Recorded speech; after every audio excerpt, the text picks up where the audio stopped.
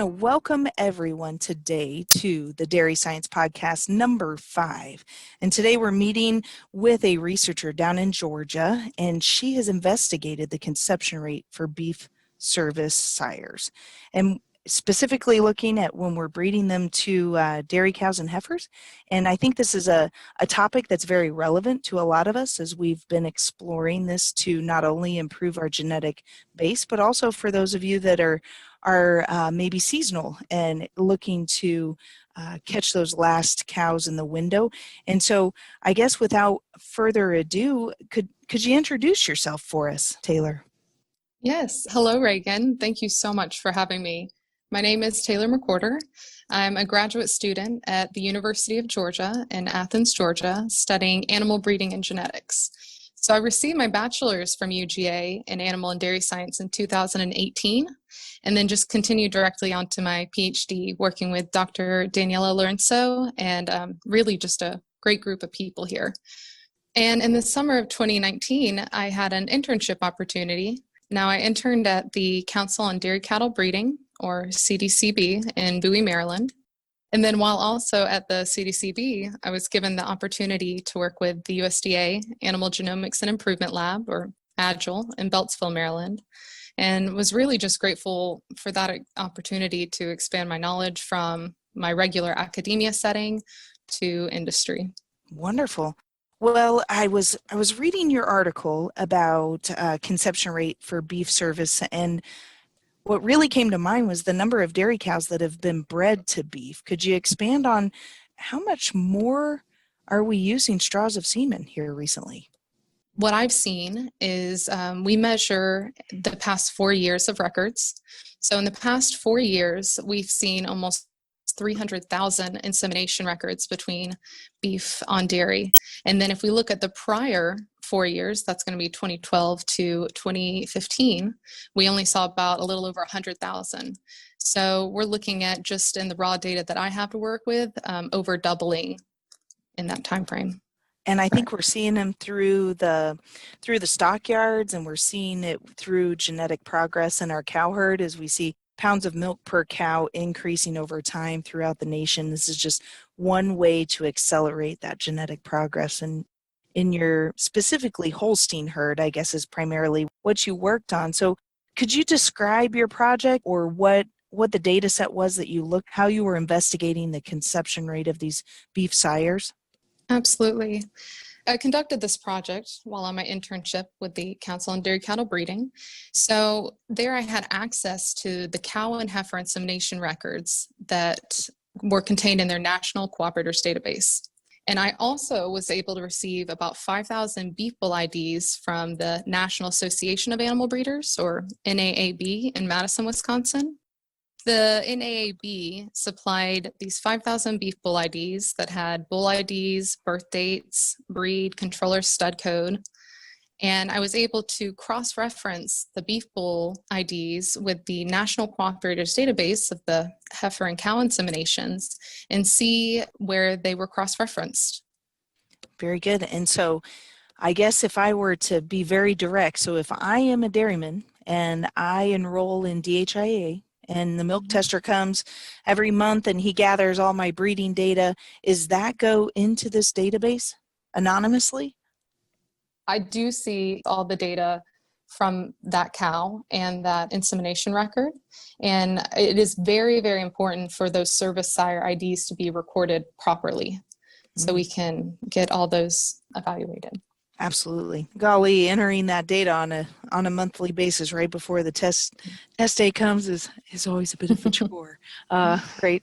Well, very good. So in the end goal of your research project, if I'm understanding correctly, was to find a indicator that we can then use on the pedigree of the sire to make sure that what beef sire we're using is the best sire for the improvement of the conception. Is that correct in the ultimate goal of the research project? We're really focusing on trying to get that dairy cow and that dairy heifer pregnant. Got it. And that really is going to be the ultimate goal of every dairyman out there doing this practice. I was reading in the introduction of your paper, I was unaware that there is a dairy beef index to rank these beef bulls when they're mated specifically to dairy cows. Could you talk a little bit about what's in that index, or how should dairymen select the beef sires that they should use for this opportunity? That is an excellent question. I'll first start by elaborating a little bit on that dairy beef index. The dairy beef index, or DBI, is actually something that has been created by ICBF, the Irish Cattle Breeding Federation. And it's basically meant for the Irish dairy and beef farmers. And their goal is to promote the high quality beef cattle bred from the dairy herd, and then to produce more saleable calves and profitable at slaughter, yet also considering minimizing things such as calving difficulty or gestation length. So it's another index that is able to summarize some very, very important traits that producers consider when trying to find a bull to mate to. Now, the other one that is being developed by Angus Genetics Incorporated is the Angus on Dairy Dollar Value Index that's going to be released soon if it hasn't already. And to my knowledge, both of these are evaluating very, very important traits, as I mentioned, such as calving difficulty. However, to my knowledge, they don't actually touch on fertility of the bulls, which is why I thought this would be a great opportunity to aid and maybe do an addition to those indexes.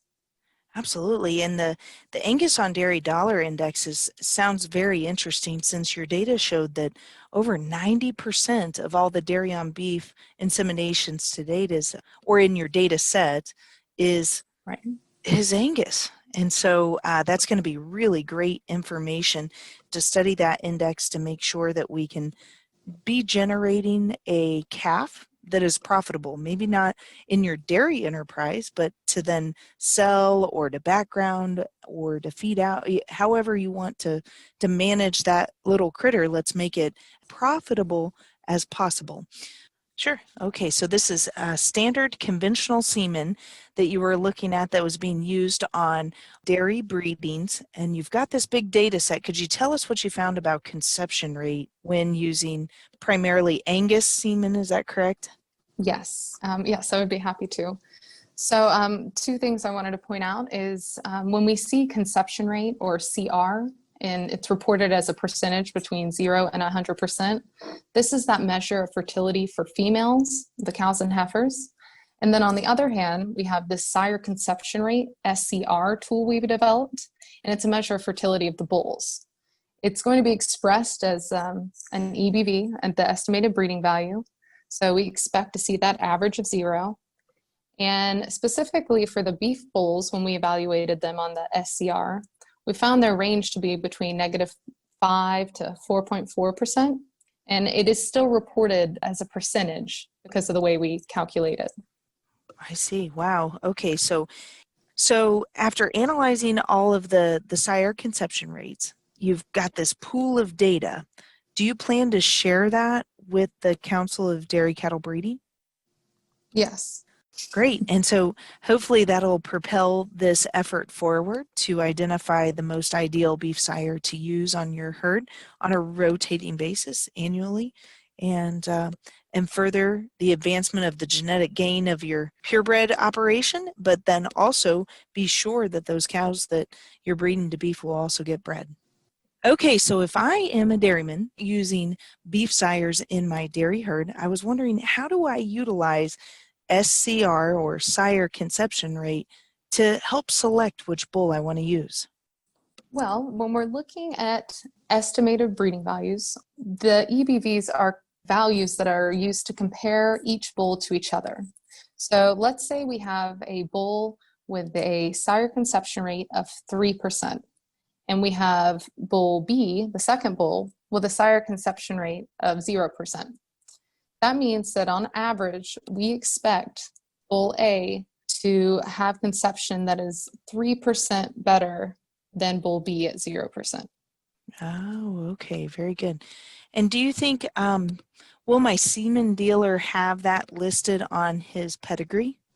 That is also a great question. That is our end goal. Yes, we hope to have sire conception rate implemented in the routine dairy evaluation that is released by the CDCB. That would be extraordinarily helpful as we're seeing this transient increase of utilizing beef straws on dairy herds. It would be really great to have that piece of information readily available. So when reviewing specifically Table 4 in your paper, it was talking about looking at the conception rate of a Holstein cow mated to an Angus bull or a Holstein cow mated to a Holstein bull. And I was just really blown away by the fact those conception rates are equal, right? And I hear everybody talking about how they expect to have increased fertility with your beef bull breedings over that of your Holstein bulls. So let's start with that conception rate of cows. So for cow conception rate, we saw that average of 34.3% when mated to a dairy bull and an average of 33.8% when mated to a beef bull. So the cow's conception rate differed only by about half a percentage, depending on if she were mated to a beef bull or dairy bull. And then now let's also look at heifer conception rate. Similar story. See an average of 55% when mated to a dairy bull and an average of 53% when mated to a beef bull. So that difference of just over 2 percentage points. What we found interesting about that is that insemination records with cows mated to beef bulls had a higher average service number, or the higher average insemination number. So this leads us to believe the Our beef bulls were being problem cows. You got it. Yeah.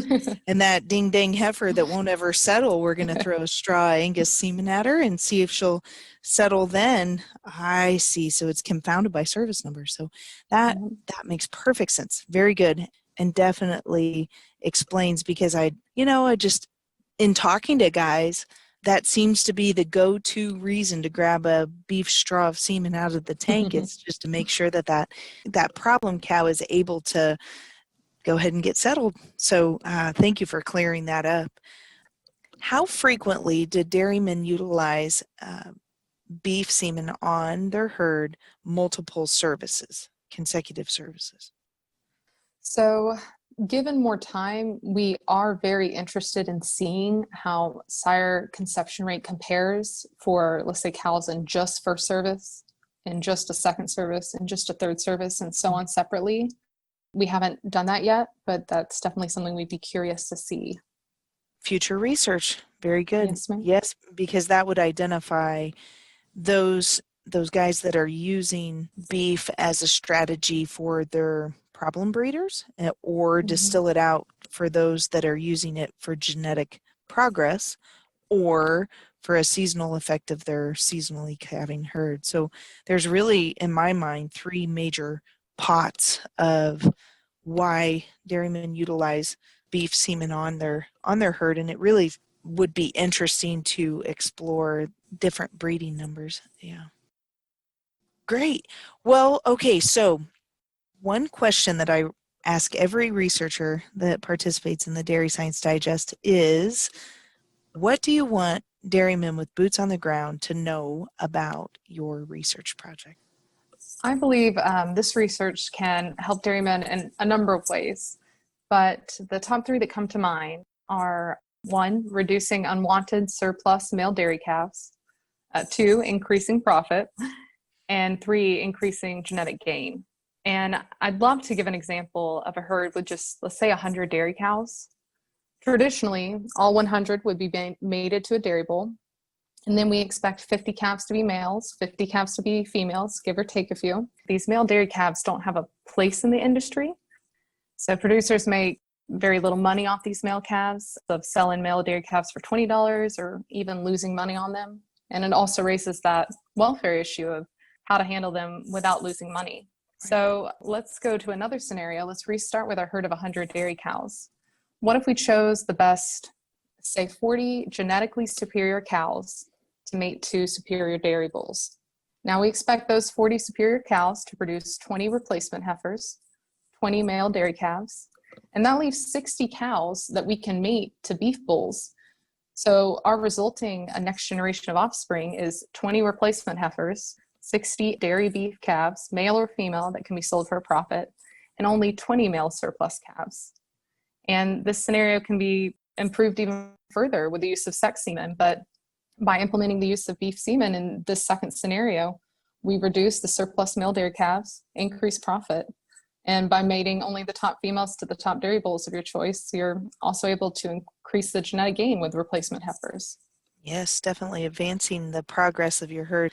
Maybe could you expand a little bit on your materials and methods as far as how you selected what cows would be contributing to your data set? Absolutely. Now, any criteria that we set in place was really just to remove the abnormal scenarios or anything that would skew our data to be unrealistic.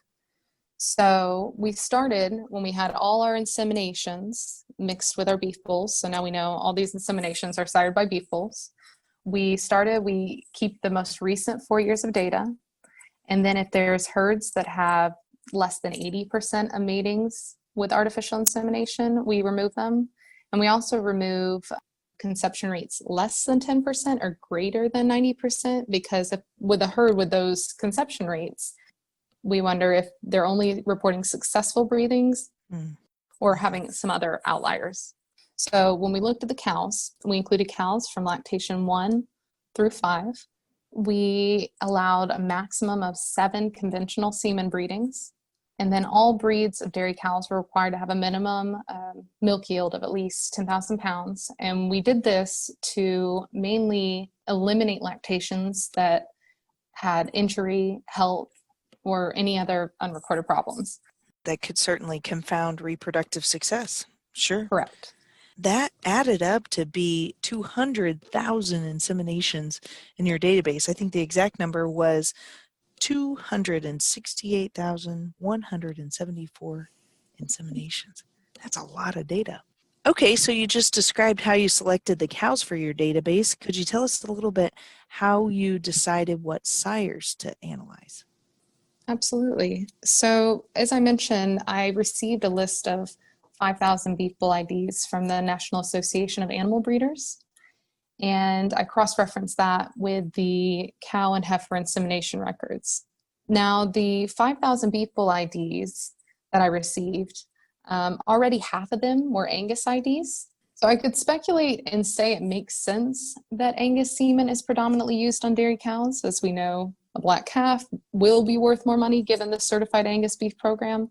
However, because we started with such a limited number of beef bull IDs that were already predominantly Angus, I can't say for certain that this is the case for all of the US. So the next step is to actually broaden this evaluation we've done.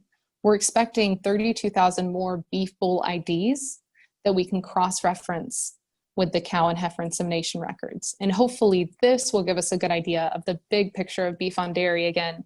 You know, I think there are many more beef on dairy and insemination records out there that we can research. We just need to have the bull IDs to cross-reference, and as well as the service sire IDs to be properly recorded. It would be really fascinating to track these calves after they're born and determine which sire would then create the best, most desirable carcass. You know, maybe have a steer feed out contest of sorts among dairymen that are currently utilizing this as a way to advance their herd. If there's any guys out there that are listening that might be interested in participating in that, let's put it together. Let's find a feed yard that would be committed to a pot of dairy beef cross, and let's make it happen. Well, Taylor, this has been very informative. I want to thank you so much for your time. And to you listeners, I applaud you for taking time out of your day today to learn about how you can integrate beef semen into your breeding program. This has been the 5th edition of the Dairy Science Digest, a monthly podcast designed to bring Journal of Dairy Science straight to your ears. We highlight peer-reviewed research articles that are currently in press. This is sound science to base your management decisions on, and this project has been provided to you by your University of Missouri Dairy team. Be sure to like, share, and subscribe to get future editions straight to your cell phone. This is Reagan Bluell with the Dairy Science Digest. Have a great day.